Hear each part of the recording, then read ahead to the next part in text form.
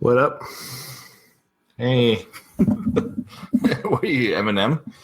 Yeah, let me do some freestyle rapping on Trump. Looks like you're supporting him with your orange hoodie. Yeah, Is this your rebuttal? Yeah, this is my rebuttal to Eminem.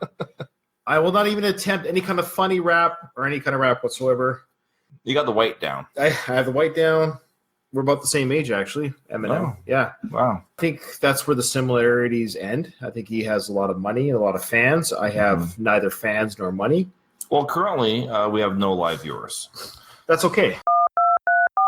Welcome to the worst of the best podcast. You wanted the best. Well, they didn't freaking make it! So here's what you get. From Canada, Ryan and Ruban.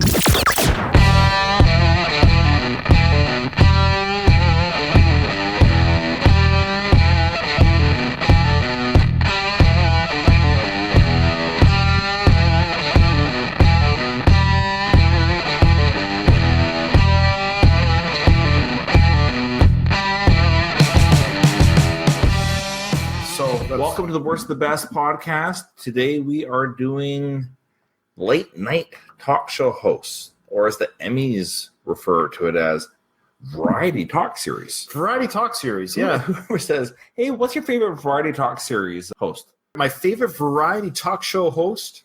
Well, I'll tell you right now, who is currently your favorite talk show host that is on the air? This is where we differ. Yep. Kimmel. Jimmy Kimmel. Is your favorite? Yeah, I watch him the most.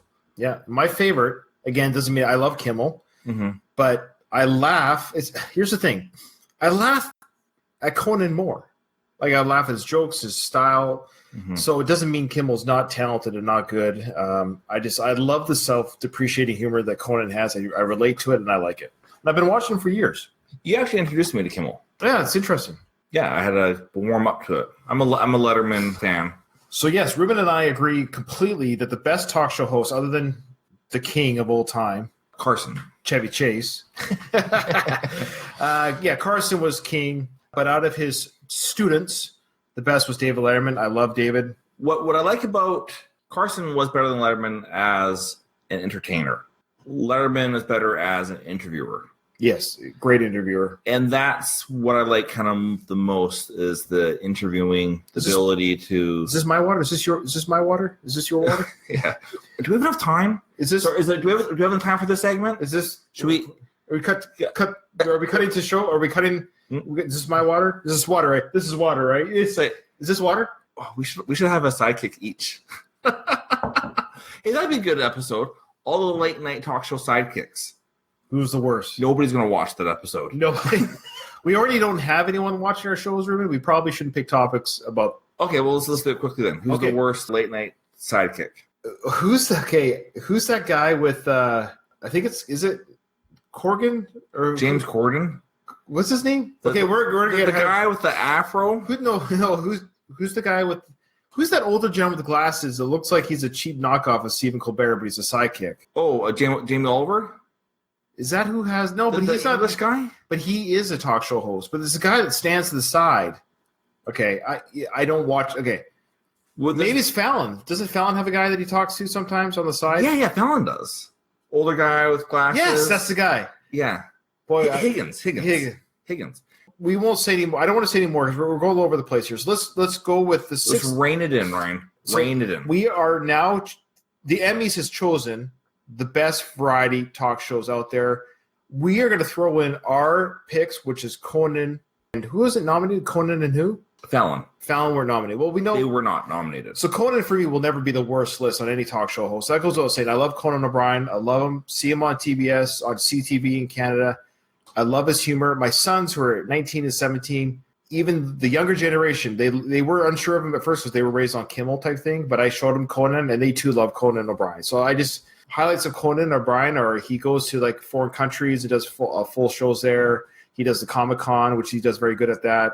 Here is the Emmy list, and we're going to throw in for good measure Fallon because he is high in the ratings. So this is the critics' reviews. He is high in the ratings. He's high in the ratings. So he's currently doing about number 2 or 3. Okay, why don't we just go through the list? And this is just Full Frontal with Samantha Bee.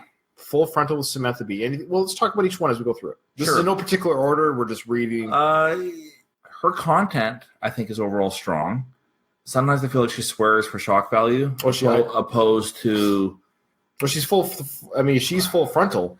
When someone's trying very hard, it shows. Okay. What shows like since we're not trying very hard. No, you and I don't try very hard, and it shows. And it shows. So that's Conan O'Brien type humor right there. Kimmel. I love Jimmy Kimmel. Obviously, he's the nicest guy. Yeah, I love him. He's a great guy. I love him. I think I don't watch him as much as I used to. Time. It's all it is, time. Like I'll see a lot of his. I have him on Facebook, so I see his like highlight clips and things like that. So I'm still watching him, but just might not be through conventional means on the TV anymore.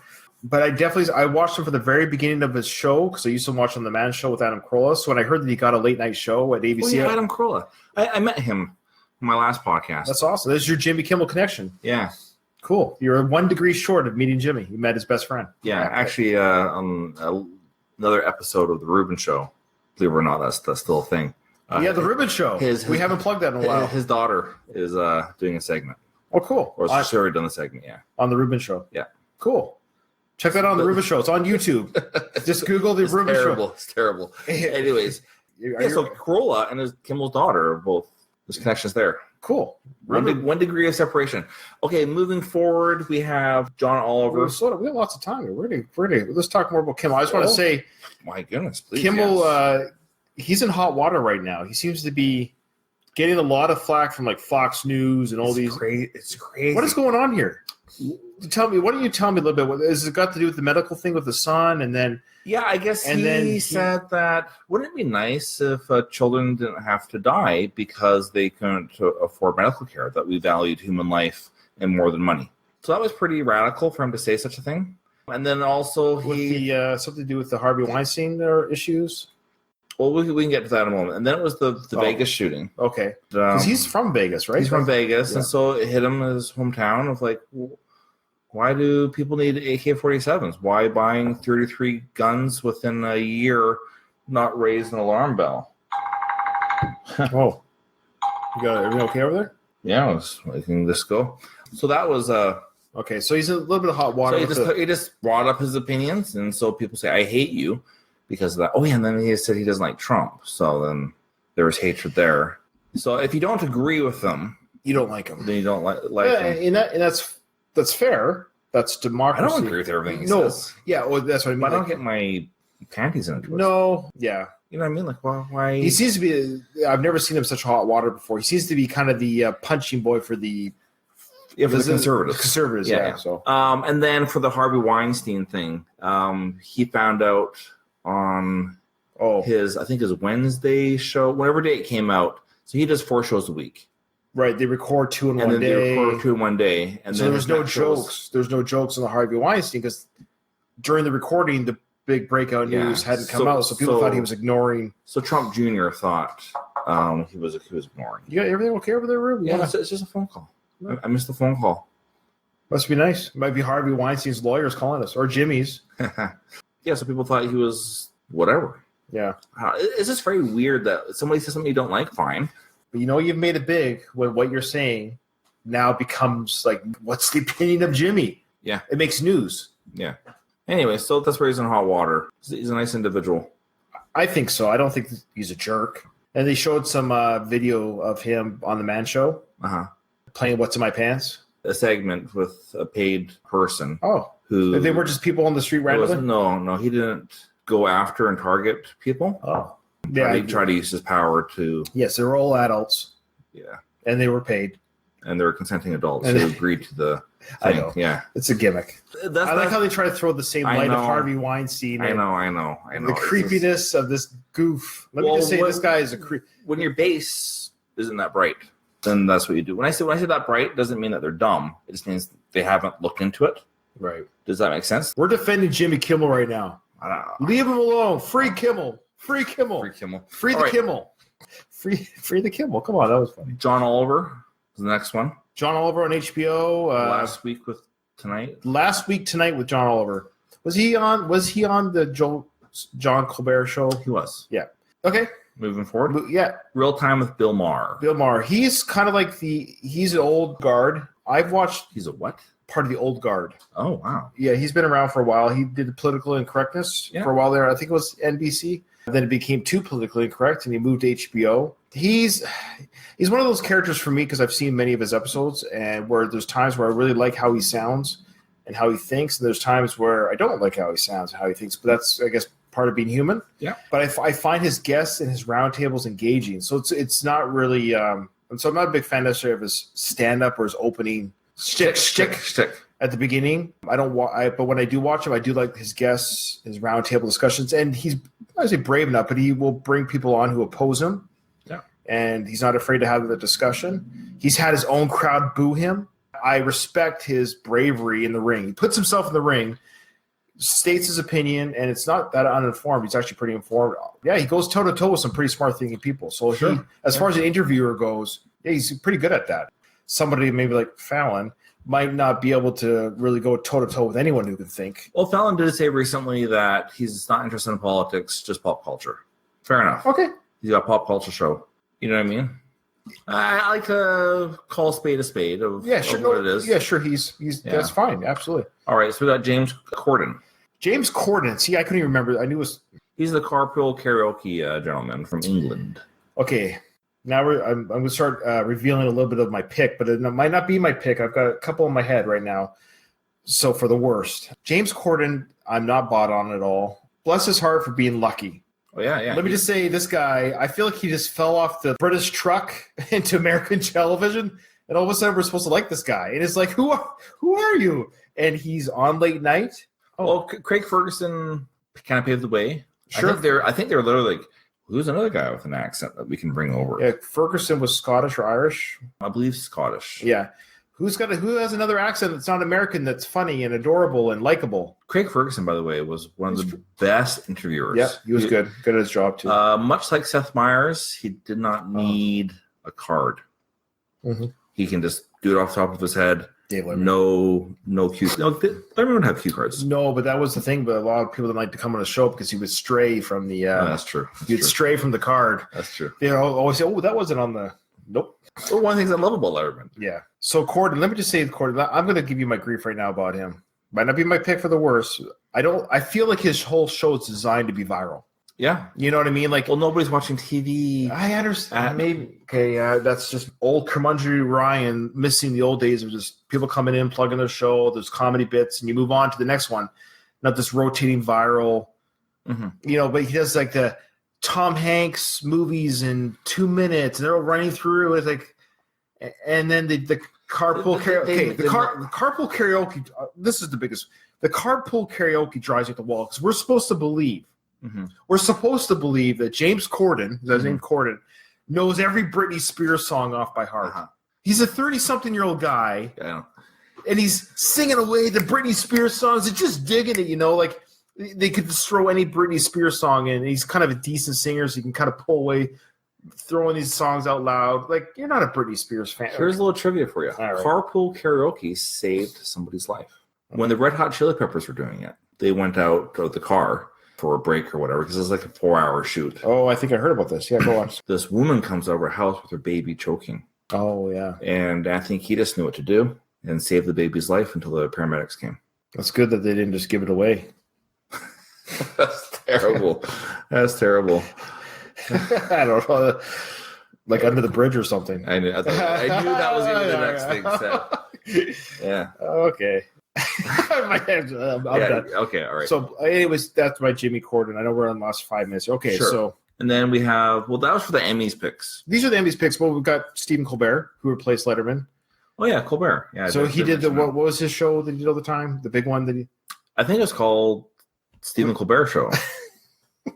But he played a character. I know. Stephen Colbert. Yeah, that's what's so confusing. He played a conservative character. Right. He overplayed the conservative. It's the caricature of a conservative. Mm-hmm. Kind of by being that character, he could say things that, that Stephen Colbert couldn't say, but this character could be. I'll tell you what I don't like about Colbert. Yeah, please do. Bill Maher, John Oliver. First of all, John Oliver and Samantha Bee. First of all, I can't repeat that. Well, that's not bad. Our brother. Well, you have to reference the baby was choking. But we just had. I see. Okay. One of our many listeners on Facebook here, Jason, our brother, our loyal viewer and listener, Jason. We're doing this show for you. The baby was choking. And Jason typed in, "How thick was the mother's milk?" in reference to one of their breakthrough albums called Mother's Milk, which was the song Under the Bridge, and the Mother's Milk. Yeah, had the drawing a blank. It came out in '87 though. I remember that. It did. Moving forward, hey, that's a good one, Jason. I liked it. I almost spit out my water there. I'm glad that you didn't. Yes. All right. So I like politics being part of a joke because that's part of life. When it's like so heavy-handed all the time, yeah, it's exhausting. It is exhausting. So I'm a big Seth Meyers fan. He's very, very, very, very smart. But sometimes it just swears. It's like, oh, get it. Does he swear on the show? Seth Meyers? You said he swears? I didn't know. I think I mumbled my words there. No, okay. I guess he does swear. There's a lot of swearing, but it'll get bleeped out. Oh, okay. Maybe not a lot. I thought maybe it was cable or something. No. But I know who Seth Meyers is from Saturday Night Live. Did the weekend updates. Yeah. Yeah. Now, not on the Emmy list, and rightfully so, but a popular talk show host is Jimmy Fallon. Speaking of Saturday Night Live, Jimmy Fallon started his career in Saturday Night Live, made his big break. Jimmy Fallon, he's loves to do skits. I'll tell you what him and James Corden have in common. Their name? They love laughing before a joke's even said. Because they know it's coming. So, it's adorable to break. They call it breaking, or what do they call it? Like when you break. Yeah, you break kind of character or whatever. Like he's in his one of the famous skits that Jimmy Fallon does is with Justin Timberlake. They play these two guys at a camp, and they're going to sleep, and they're playing kids wearing braces. Justin Timberlake's wearing braces. They're making noise and laughing. They're singing songs or whatever. Jimmy's always breaking, laughing under the blanket. He's so funny that he makes himself laugh all the time. He's just so funny. I'm pushing 40. Oh, you're post 40. I'm polling 40. Fallon's a little bit older than us. He's giggling. As a man, I just have a really hard time relating to just the giggling all the time. And you're so awesome. I love you so much. And the same way James Corden. Yeah, James Corden is actually a man. Well, and do you really love every celebrity that much? Oh my gosh! I guess maybe he does. Maybe he does. Maybe he loves everyone. Good for him. If he is who he says he is, good for him. But I wouldn't want to hang out with him. I'm sure he's a nice guy. Maybe. I don't know. Maybe I'm wrong. Maybe I'm wrong. I did enjoy his episodes with Seinfeld. Comedians in the car getting coffee. It was a two-parter.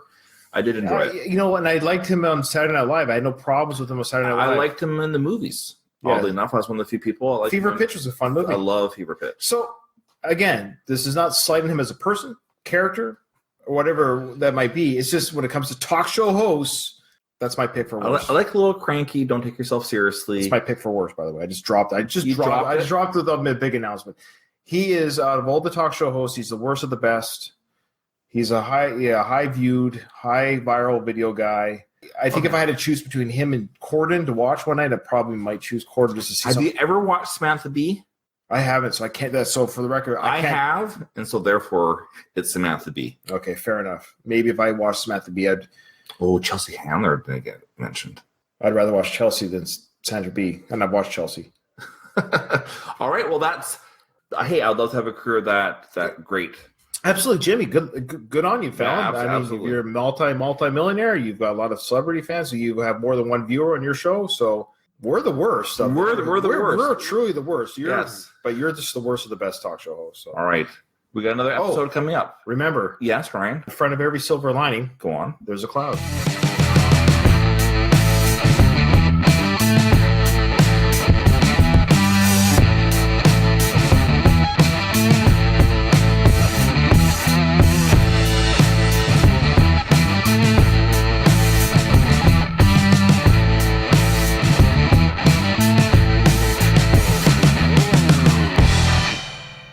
There is. Good point.